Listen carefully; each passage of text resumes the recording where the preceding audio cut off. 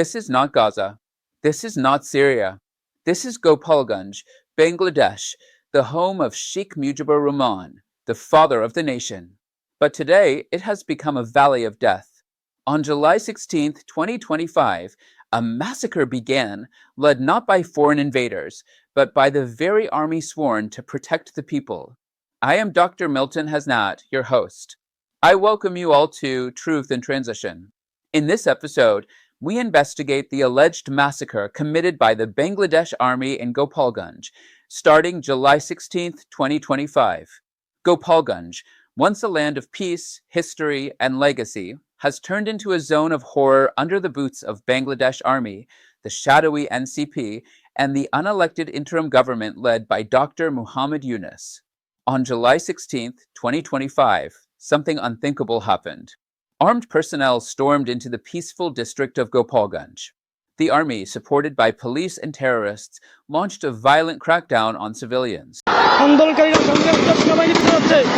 খুবই ভয়াবহ পরিস্থিতি সেনাবাহিনী ফায়ার করছে একজন গুলিবিদ্ধ ইতিমধ্যে একজন গুলিবিদ্ধ সেনাবাহিনী একজনকে প্রচুর মারছে ইতিমধ্যে একজন গুলিবিদ্ধ তার উপরে সেনাবাহিনী তাকে পিটাচ্ছে একজন গুলিবিদ্ধ সেনাবাহিনী তাকে পিটাচ্ছে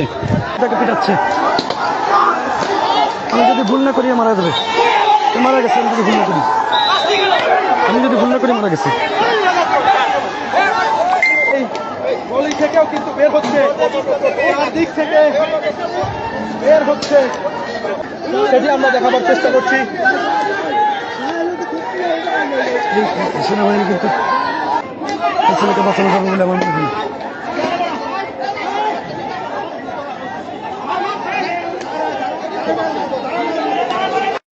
But why?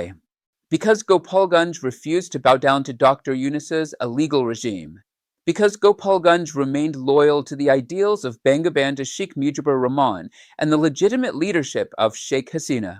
The so-called National Citizens Party, or NCP, a puppet political party created and supported by Chief Advisor Dr. Muhammad Yunus and the illegal interim regime, recently announced a controversial public rally in Gopalganj. This wasn't just any rally. Their objective was deeply provocative, to project a false sense of legitimacy in the very birthplace of Bangladesh's founding father, Bangabandhu Sheikh Mujibur Rahman. Gopalganj is not only the hometown of Bangabandhu, but also a historic stronghold of his daughter, Prime Minister Sheikh Hasina, and the Awami League. The timing and location of the rally were widely seen as a deliberate attempt to provoke and challenge the strong pro-Mujib sentiment of the local population. In the lead-up to the rally, several NCP leaders posted inflammatory and seditious messages on social media, particularly on Facebook, openly threatening to demolish the mausoleum of Sheikh Mujibur Rahman in Tanjibra. These statements were not only deeply disrespectful to the memory of the father of the nation, but were also clearly intended to incite violence, outrage, and confrontation in a region that holds his legacy dear. Despite these efforts, the NCP rally was a complete failure. Very few locals attended. The people of Gopalganj overwhelmingly rejected the NCP's message, showing once again their deep-rooted loyalty to the ideals of Bangabandhu and Sheikh Hasina. The rallies per turnout exposed the NCP's lack of grassroots support and further embarrassed the Yunus-backed regime. Police and military personnel, heavily armed and deployed in large numbers, unleashed a reign of terror across Gopalganj. They didn't just disperse the crowd. They hunted people down. They fired live ammunition into gatherings of unarmed civilians.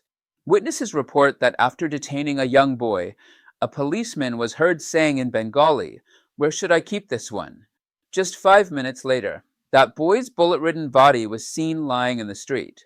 The brutality didn't end there. Alongside the police and military were armed political thugs, many believed to be aligned with the NCP, who opened fire on innocent civilians. These goons were not stopped by law enforcement. They were protected and even coordinated by them. Entire villages are now traumatized. In many neighborhoods, there are no young men left. They've either been arrested, gone into hiding, or fled for their lives. The police and army are systematically cleansing Gopalganj of male voices ahead of what many fear is another planned invasion by the NCP. And where was the NCP after the brief meeting? Their leaders fled the scene in an APC vehicle, an armored personnel carrier provided by the army.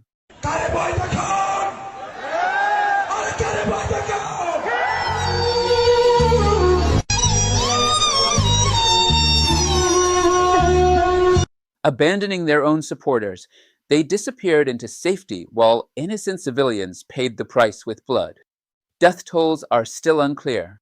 Sources report anywhere between 12 to 51 people were killed.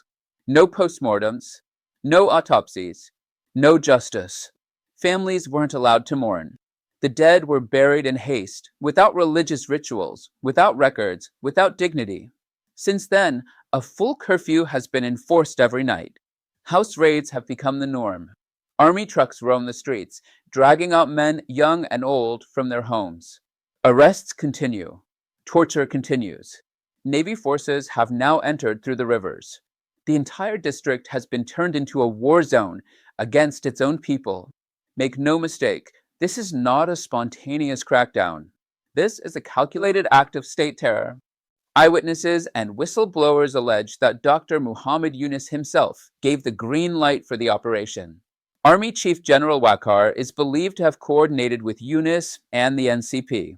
Even more disturbing, Major General Imdad, GC of Jessore Cantonment, was physically present in Gopalganj during the killings, overseeing the carnage. Why such brutality? Because they want Gopalganj empty. They want it weak and leaderless. NCP is reportedly planning another invasion of the area. But before that, they want every male either arrested or on the run. This is ethnic political cleansing disguised as law and order. This is state-sponsored terrorism against a civilian population who dared to resist. And what about the international community?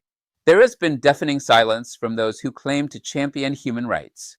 Many are now demanding that Bangladesh Army be suspended from all UN peacekeeping missions, because an army that massacres its own people has no place in global peacekeeping.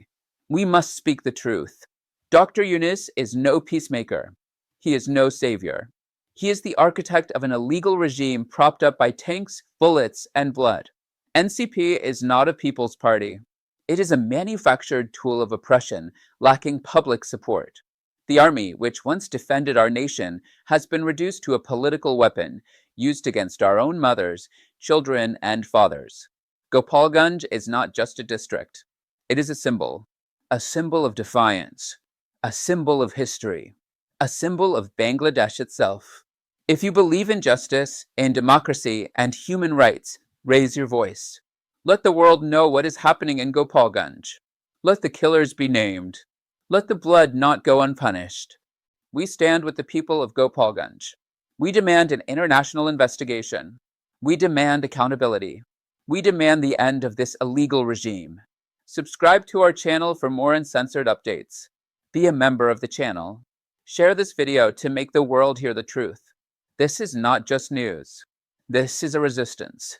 This is truth in transition. Thank you.